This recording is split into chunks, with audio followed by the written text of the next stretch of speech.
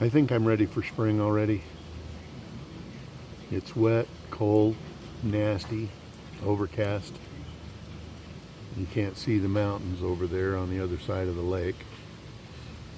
And just miserable to be outside. Hi, I'm Bob. He's Jan, and that's Dave. And together we're restoring an A-26 Invader bomber with the help of some amazing volunteers. So come along and join us on this amazing journey.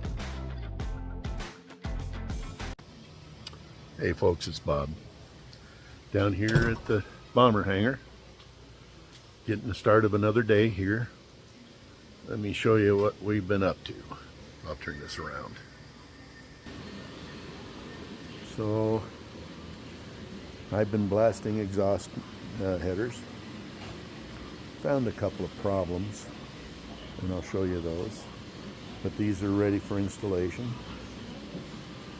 I've got a handful. I'm still short some of these. These are the expansion joints for the exhaust. These are what I was talking about on my last video.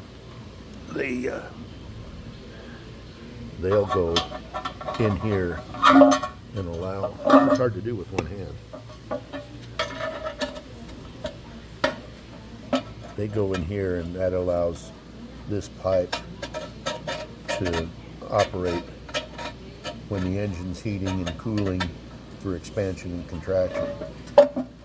So they go, but that's where they'll go. They'll go on the pipe from the front cylinders, like this one. And I did take all the exhaust back off of this. I wanted to have us all do a final inspection to make sure that we're all satisfied. Well, John found, I don't know how well you can see that. There's a crack there, a crack on the other side. This one has cracks on both sides of both of these fingers. And so we'll get those welded up. And these also, I think I talked about this as well. This is the plug welding that the Army Air Force had done. And we have some of them that have that. But this is a safety feature to keep these from the spot welds that are all over here from breaking loose and the pipe falling off. Okay, and our polisher, John, what are you doing, John?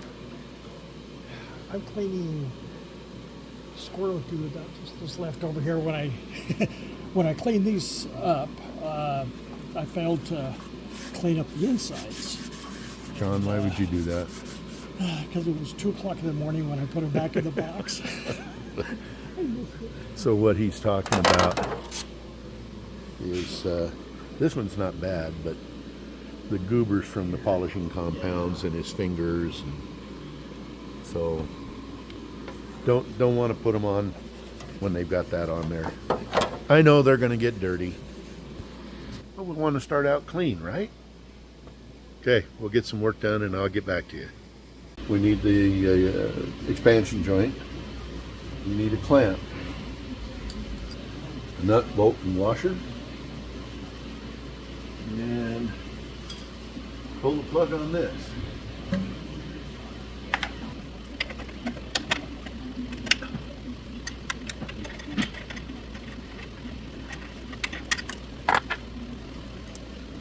Let me back this up a little bit.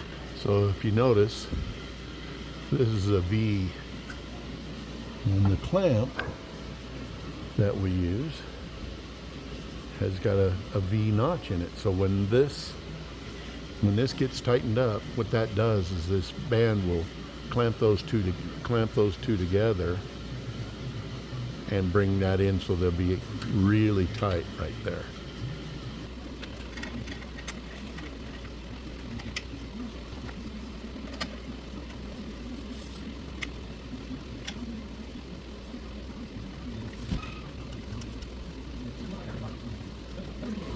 Anyway, so that's I just need to torque this down and then put a cotter pin in it, and then I'll be ready for the exhaust header.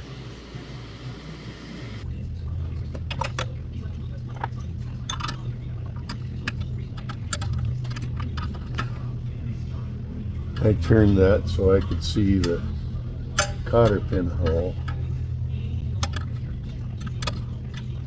Okay.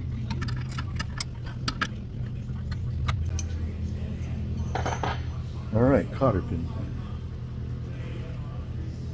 Okay, so now I just need a cotter pin, and I'm just gonna put this in here, and then we'll get a final sign off of, make sure everybody's happy with what I've done here, and then we'll bend these over and that'll be done. In the meantime, I'll finish. I think I've got one or two more to do, and then we'll start putting exhaust parts on.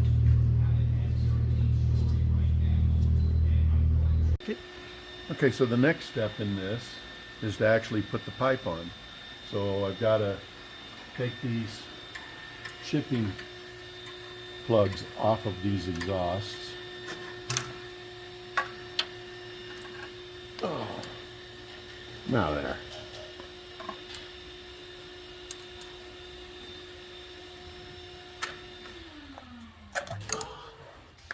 Okay. So here's the next pipe to go on. And the exhaust on this is kind of weird because there's 9 exhausts. 7 of them are the same, but the 2 on top, and I've explained this before, are different. As I said, this is the exhaust that goes in this spot.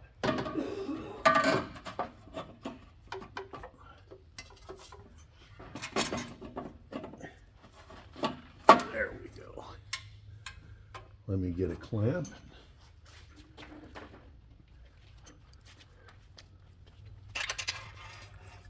Hopefully it doesn't fall off in the meantime.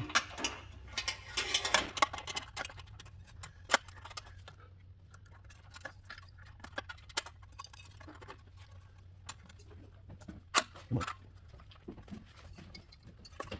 Not always a problem.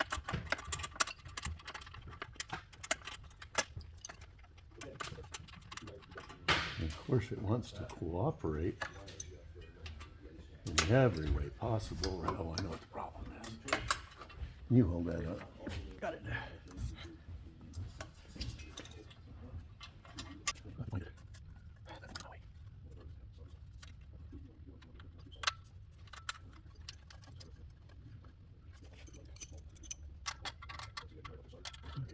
Let it run this side.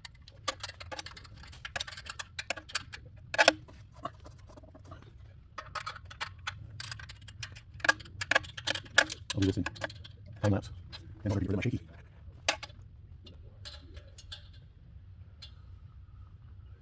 Okay, and the last thing is the cotter pin.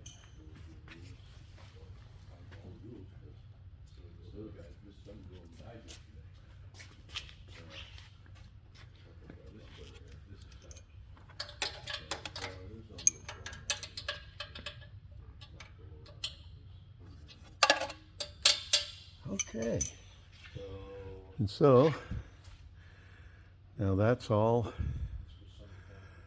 Just has to be checked, and then we'll bend over these cotter pins, and that's 2 exhausts ready for running.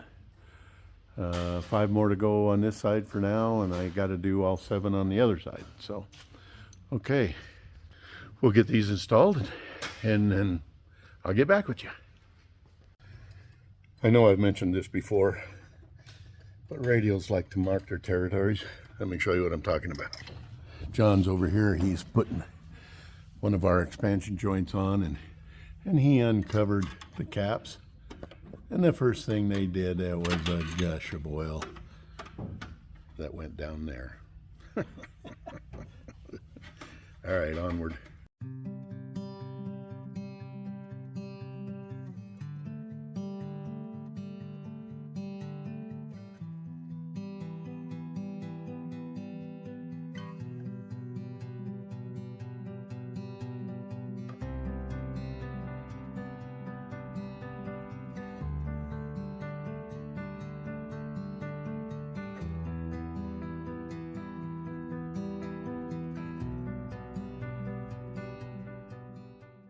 Okay, it's the end of Monday.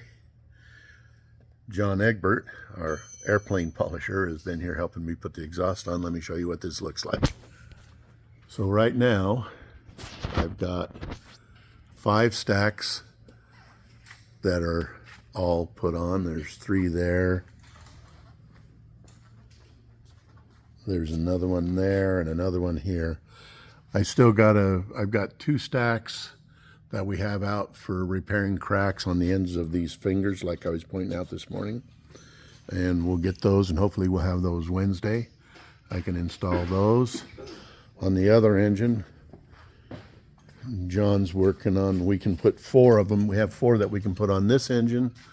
So we've got that one, that one, that one, and John's tightening up the last bolt on that one.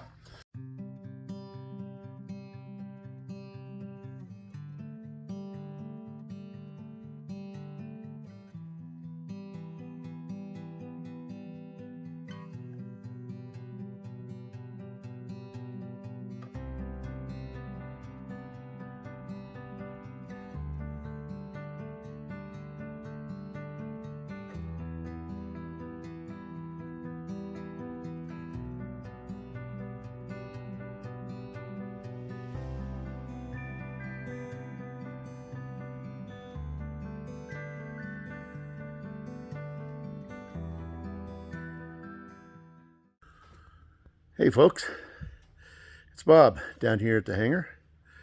Doug and I have been toiling away basically all day and trying to get some things finalized.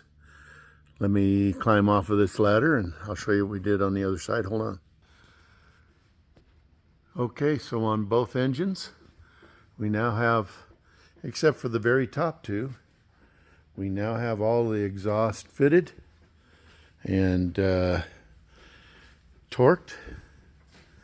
We're ready to fold over the pins, but that's really groovy. So the other engine is also done, but the other engine, look at this, cowl flaps all the way around. Let me walk over here. So pretty cool. So, like I said, we don't have the top 2 exhaust in. The intake is going to have to go on here first before we can put the exhaust in. But I got Doug sitting over there standby. So the other day when we were doing this, it was just a teaser. But now, let me back up. Let me back this ladder up. Okay, Doug.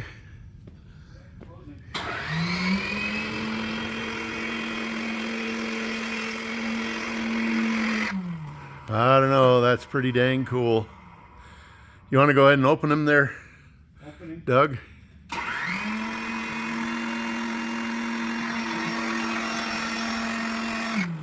And that switch is right here. Why don't you go ahead and run them again?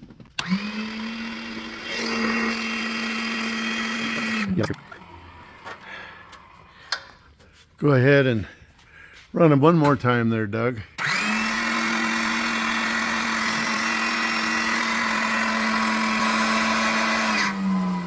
Okay then.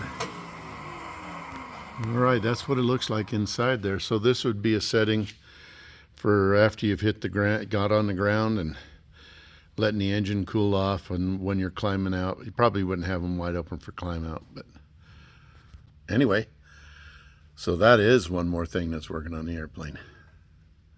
We're going to be back here Wednesday trying to get the other side in the same condition. Okay, so we've got the right engine done. So now Doug and I are going to do what did I say? We have the left engine done. Now I'm going to do the right engine. Doug's going to start out on the inside. Let me turn this around. He's going to be working over here, and I'm going to be working on this side. So we'll try to do some time lapse on this, and you can critique me. We'll be right back.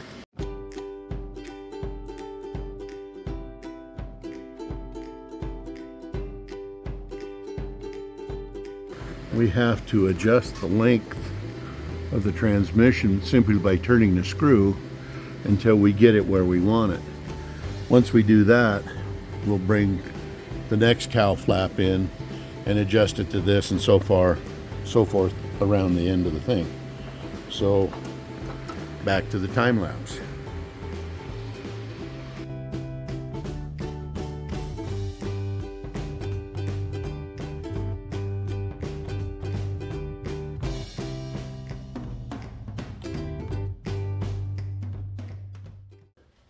So I'm having a hard time getting this bolt in the blind. So Doug's gonna run the cowl flaps out so I can put the bolt in, and then we'll check the initial setting. Okay, go ahead, Doug.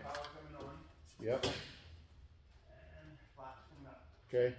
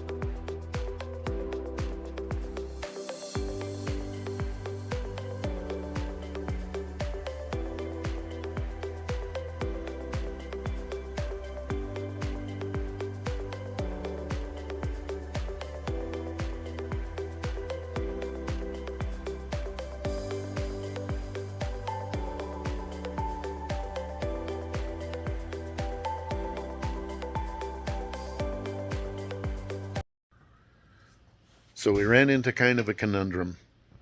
Let me turn this around. We started getting this one on here, and initially I had trouble getting it on there because there's just no room. So we went ahead and put the bolt in, and we closed it up, and then I put the second one on, and we got a gap between here and the next one. And then when we went to close it, it got a hold of it and tore this right here. Now we have more of these. We're going to change that. But then I talked to Pat Mahaffey down in Fort Worth, and we read two different sets of instructions. Now our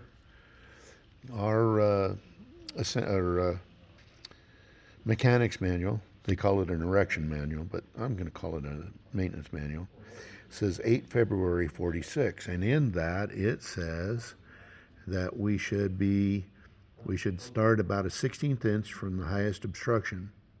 In the open position, the same dimension should be approximately 5.5 inches.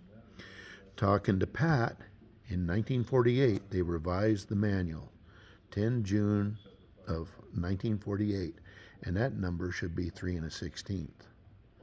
Well, on the other side, so if you notice, these are wide open, and these wedges don't open up. There's no gap between this and the cowl flap. So what we're surmising is this cowl flap motor, the stops internally to the cowl flap motor are set to the 48 standards. The right side are set to the 46 standard. So we have another motor. We don't know what those settings are. I think what we're going to do is put it in the airplane and see how far it goes, because we can't run it like this. We should not have a gap between this feather and the cowl flaps. It shouldn't happen. Now these have got to be readjusted, where we've got to screw the arm in a little bit, because this should be closer to these baffles when fully closed. So we're going to readjust these, and then when they're closed, these should almost be parallel, and we're not quite there yet. We've got a wedge shape even with them closed. So with that, I'll be back.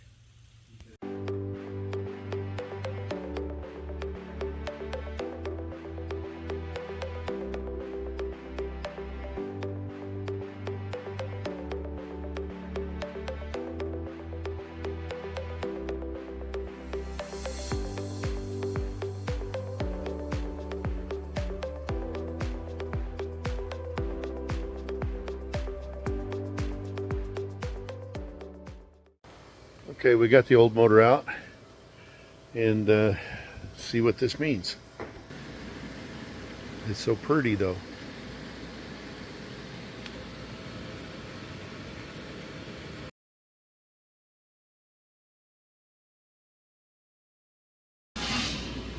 All right, let's put this on here. So we need sure, drop on the floor. So we're doing the 7 that we can do, and that's just not going to work for me. And then when we put the intake on, we'll get the other 2 installed. Oh, kill that. Rotor's being stupid. Okay, so here's the exhaust that goes.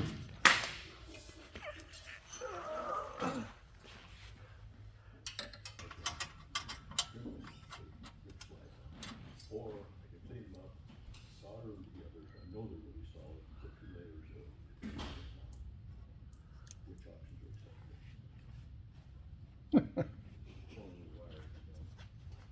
Oops.